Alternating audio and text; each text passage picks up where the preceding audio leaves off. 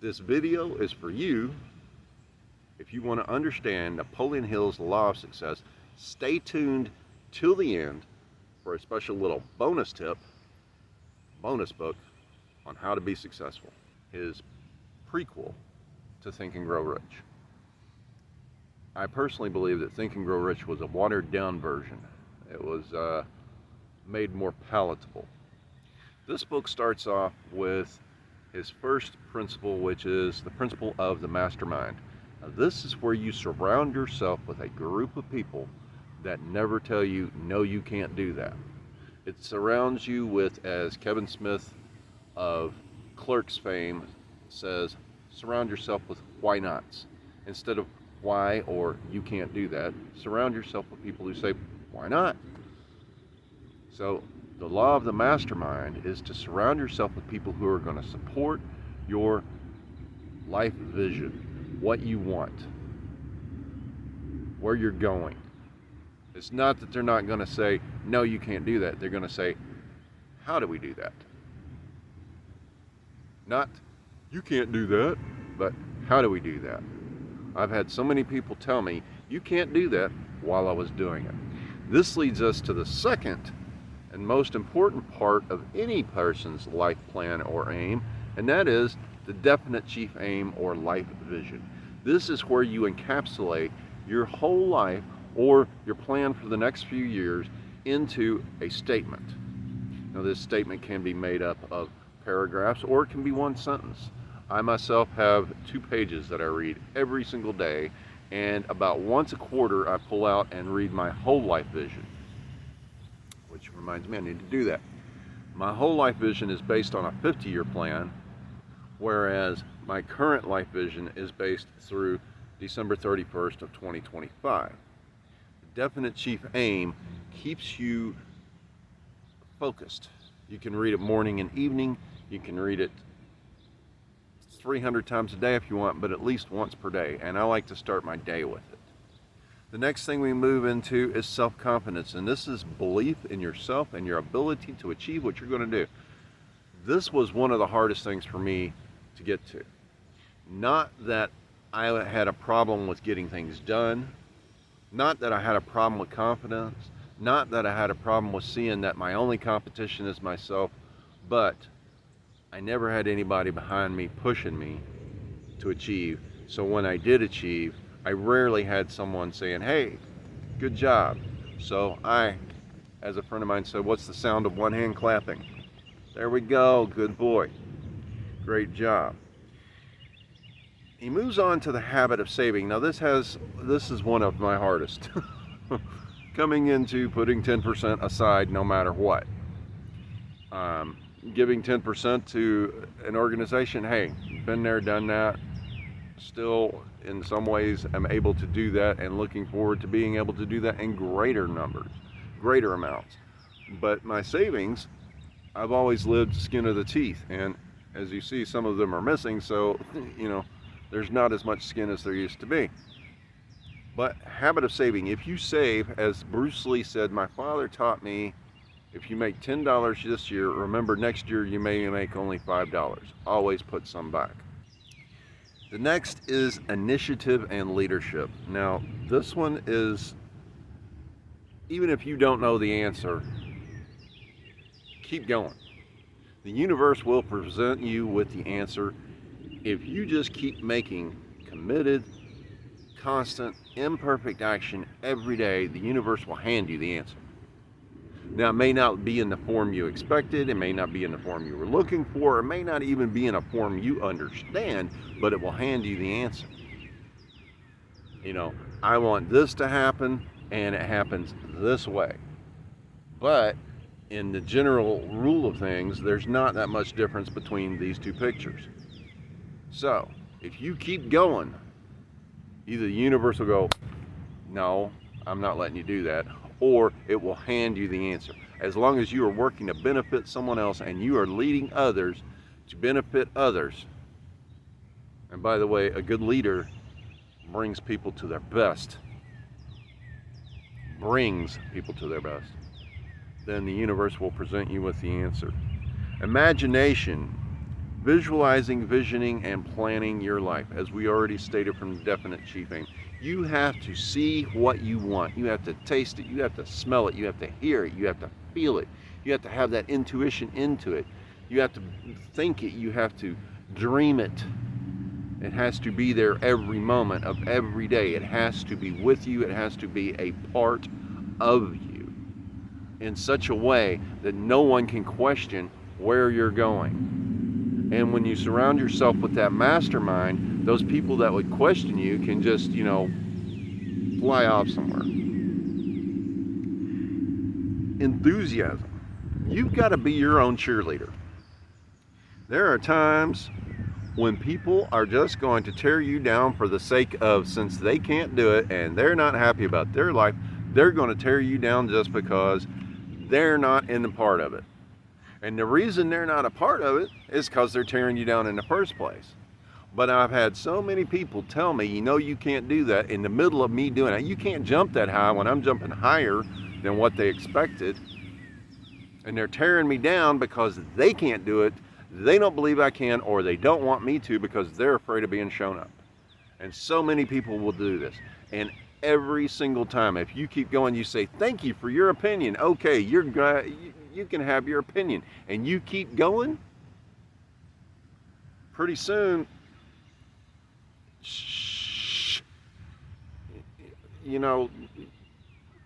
whatever, make all the noise you want, I'm still doing it. Self-control. Now, this one is important. One of the most important things. If you are aware enough to be aware of yourself, then you are aware enough of yourself to control your own habits. And once you make your daily habits built around your life vision, and you visualize it doing those habits every day, your life will make itself. All you have to do is 1% better every day, and in 1 year you've got 365% better. That's a lot of compound interest. Think about that.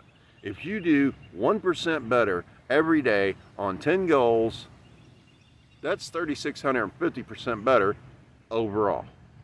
That's a pretty good amount. A lot of people say, well, that's only 1% per day. Your goals make you. You make your habits, then your habits make you.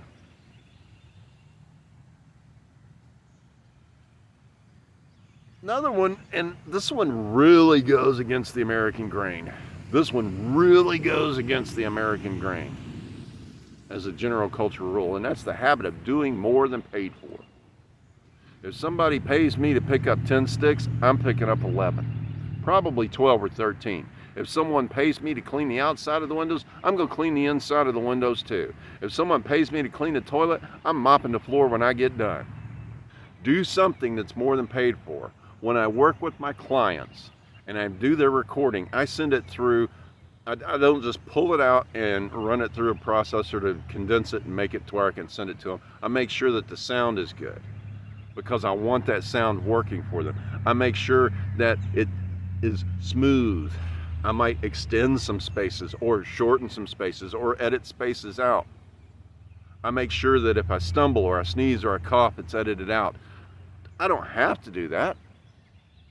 But I do that because I want that recording for them to be perfect as it can be, so that their result is as perfect as can be, because I want them to succeed. And the more they succeed, the more I succeed. Having a pleasing personality. I can't tell you how important this is, because if you're a son of a bitch or you're a bitch, you ain't going to be anything more than monetarily successful or financially successful.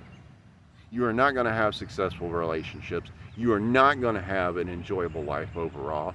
Everybody around you is going to be secretly miserable, and you're going to be publicly miserable, and no one is going to want to truly be around you. And how do I know this? Because I had a pleasing personality, I moved to a displeasing personality, and now I'm working back to having a pleasing personality, although my pleasing personality is based on, hey, if you ain't like me, I ain't going to be around you, and you ain't going to be around me. My mastermind is built on people like me. Used to, it was built on people, and they were like me. Not anymore. Not anymore. I control my habits. I make my habits because my habits make me. My habits make me. And my habits help make those whom I'm helping, help make you. If you follow the words in this book, which I've been doing, and you follow what I've been teaching on this channel, and you do it every day, consistent, committed, imperfect action, 1% better daily, you're going to succeed. You don't have any choice. Accurate thinking. Now, this is true logic coupled with intuition and emotion. The feeling of enthusiasm, but true logic. Accurate thinking. If I think I can jump high enough to get to the moon, that's inaccurate thinking. If I think I can take this physical form and fly through space to the moon, that's inaccurate thinking. If I start thinking I can fly to the moon if I have the right process, then I can find the process and through accurate thinking and logic get to the moon. And I can be enthusiastic about it the whole way there, and I can open up to my intuition and allow it to guide me to find the people to put into the mastermind to build the mechanism to get me to the moon. But this body, as it is built on this planet and incarnated on this planet, cannot fly to the moon. Now I can use all kinds of different other methods to astrally get me there and have an experience of being there, but that doesn't mean this physical form can get to the moon unless I have the right things doing it, unless I have accurate thinking. Concentration. This is not allowing for distraction. This is, don't take your eyes off the prize, as we say. No, the end goal is not the reason for doing it, but having your eyes on that end goal and observing the process so that you can repeat the process again and again and again. This concentration is relaxation, and it's planned. Meditation daily. I do it twice. Meditation daily. Concentrating. Bringing myself away from everything. Concentrating on the goal of being one with the universe and experiencing that unity. Allowing my heart to open up to the intuition of the universe so that it can guide me on my definite chief aim. Concentration on the task at hand, such as shooting this video. Why I have a complete outline of what I want to say. Sometimes I don't. Those are interesting free forms, and I say, universe, speak through me. This one has a very specific aim, discussing this particular book and its concepts. Profiting by failure. Now, these learning experiences or mistakes and learning how not to do things or failures, well, hey, how many times did you have to fall down before you figured out how far to put your foot in front of it, of the other one, to keep your body up when you were a child? How many times did you have to move the hand and close the grip of the glove in order to catch the ball when you were first learning to throw and catch a baseball? How many times did you have to move in order to intercept the blow before you quit getting slapped in the face by the master? This is concentration, and it is important. Profiting by failure is important. Now then, cooperation. No one is self-made. I don't care who you are. I'm a self-made man. Really? Did you go and plant the cotton, tend the field, pull the cotton, card the cotton, spin the cotton, make the cloth, make the thread, sew the shirt? Did you grow the food? Did you pick it, clean it, cook it, and all of these different things of our life. If you have a cold, did you go out and find the pieces to make the medicine? Did you make the scissors to cut your hair? Did you make the razor? Did you get all of these raw materials? No, there were other people that did that. People you'll never see, people you'll never meet, that built the roads, that built the vehicles, that put the products together, that put everything together for you to have your life. No, you're not self-made. And by the way, it's impossible to be self-made because we don't spontaneously incarnate. Mom and dad had to do some stuff in order for you to be made as a human. You are not self-made. No one is. Everything requires cooperation. Tolerance. Tolerance is interesting. This is allowing for the differences of others to exist. I ain't a Democrat and I ain't a Republican and I ain't getting into politics. But the fact of the matter is, I tolerate that there are others out there that believe totally different than me. And if you believe totally different than me and you find me polarizing, you ain't got to listen to me. Okay? You ain't. I ain't concerned about your opinion of me. I'm concerned about my opinion of me. But tolerating the differences of others. When I'm playing music and I like playing this E chord this way and someone doesn't like me playing it that way, I tolerate the fact that they don't like it, but I'm still playing my song my way. You don't want to play my song my way? Don't play. But I tolerate your difference and I allow you to be over there with your difference and doing it your way. You know? If you want to write E that way and I want to write it that way, hey, that's fine. It's different. It's okay. You know?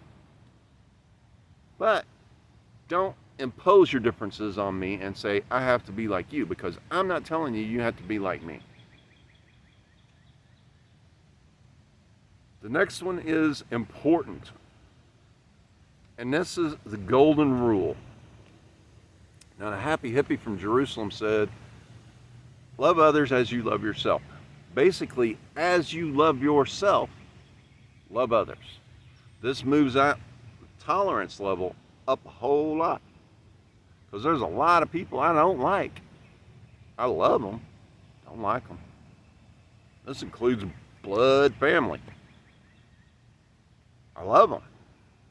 I don't want to see anything bad happen to them. But that don't mean I like them. But I'm going to treat them well. I always have. Even when they have treated me bad to my face, even when they have talked bad about me to my face, I still treated them well. I still said, I love you. That's an important thing. That golden rule. If you treat everybody how you want to be treated, regardless of how they're treating you.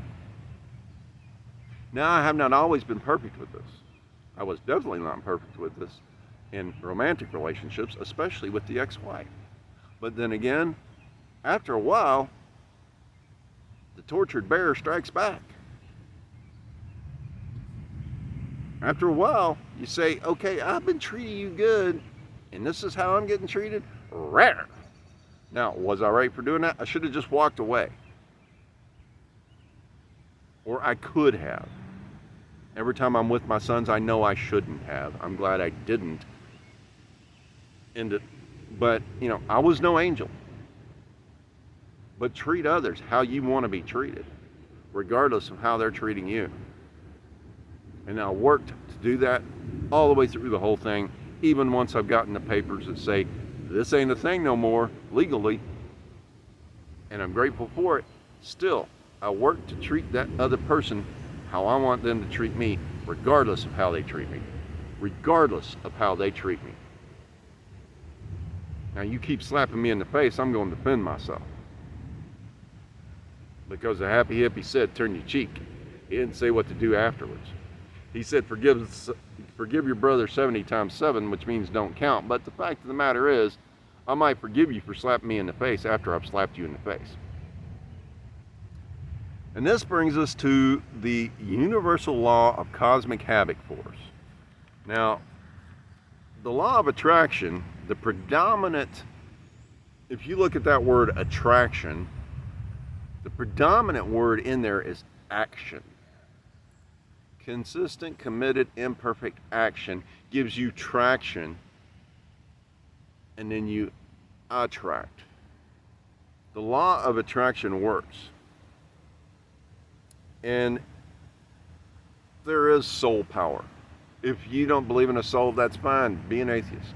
I'm not arguing with you. I'm not debating it with you. I don't care what you believe.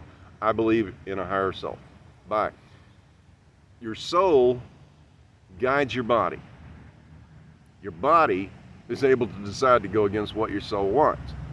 That ends up in, hey, you listening yet? But the universal law of cosmic habit force, like energies attract like energies, even over great distances. People say, well, opposites attract. No, sames attract. North Pole attracts North Pole through South Pole. When I was sociopathically codependent, I attracted sociopaths. Now, I attract sociopaths. And they find out within the first 3 to 5 minutes of talking to me, they don't want to be around me because they've got no power over me. Used to, they could easily have power over me. Pretty face, hey, I got a place, hey, I'm there. Not anymore. Not anymore. Because that cosmic habit force is something I use every day. Now then, as a bonus, Creative Visualization by Shakti Gawain.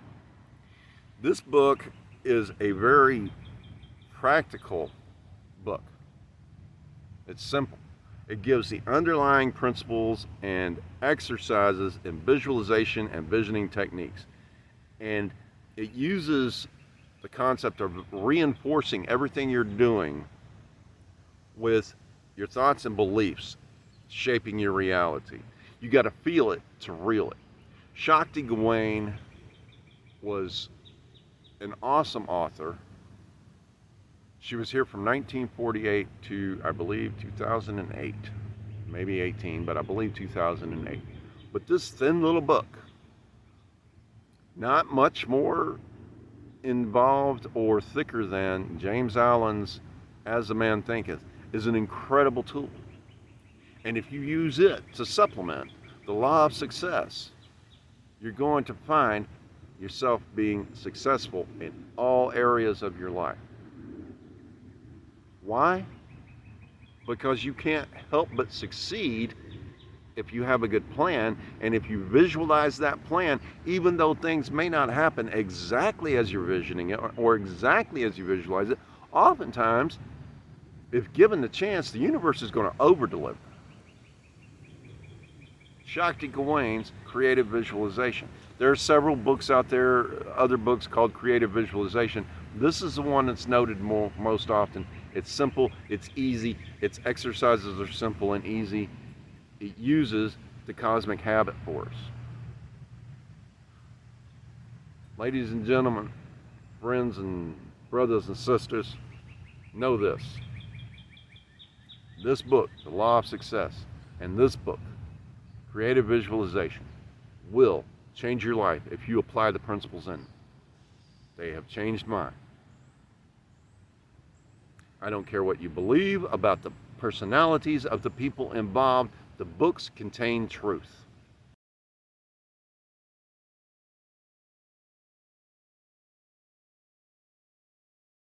Thank you. I love you, and namaskar.